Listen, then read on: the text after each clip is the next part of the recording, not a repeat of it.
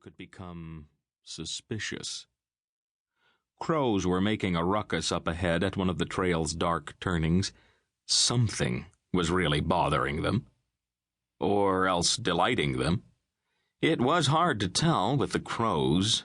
The air rang with their loud, outrageous cawing, shattering the peacefulness of the morning. Pepper found crows amusing. They always seemed so much smarter to her than anyone suspected. She was convinced that they even had a sense of humor.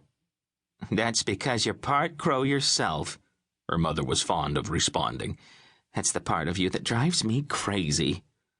Pepper's intense eyes and thick mop of hair were both as black as the feathers of the crows screeching and swooping through the branches ahead. She wondered what was getting them so agitated. How her mother hated crows.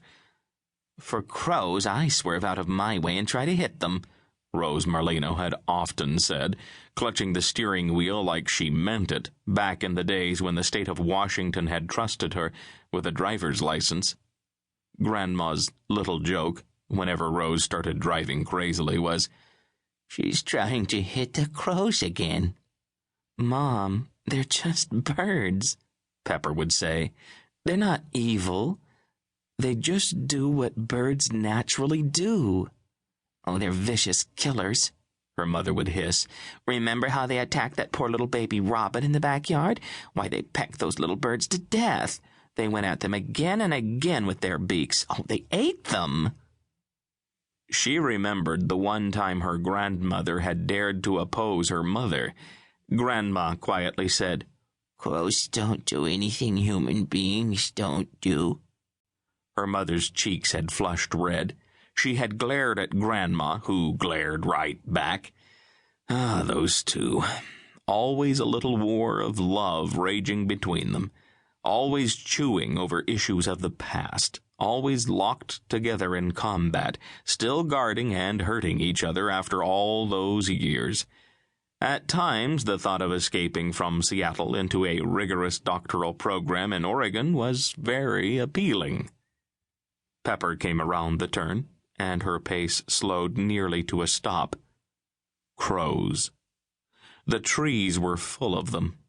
The sky was full of them. Crows by the dozens. Over the ravine loomed an agitated whirlwind of flapping black feathers. What were they doing? She squinted up at them in awe. The ravine echoed with their cries.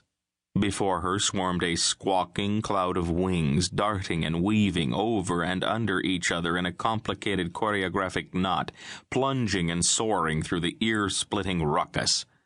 Their dizzyingly complex flight patterns occupied her thoughts for longer than they should have. The man and his dog appeared unexpectedly.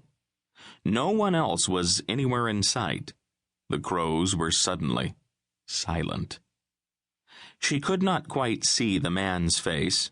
He froze, staring. The dog displayed a huge set of jaws, released a park-rattling bark, and lunged. Her foot came down on an uneven dip in the trail and twisted out from under her. Gone was the sky full of crows. She hit the ground, hard. The breath was knocked out of her. Suddenly, all she could see were rock chips and fir needles up close on the muddy trail. All she could hear was barking. She looked up as brown, hairy jaws with a giant tongue loomed over her. The dog's enormous face filled the dark morning sky. Then the man stepped into her vision, looking down at her. She was stretched out on the trail. Every bone in her body had been thoroughly rattled. The edges of sharp rocks cut into her palms, her stomach, her legs. She blinked in confusion. "You all right?" He reached out a hand to her.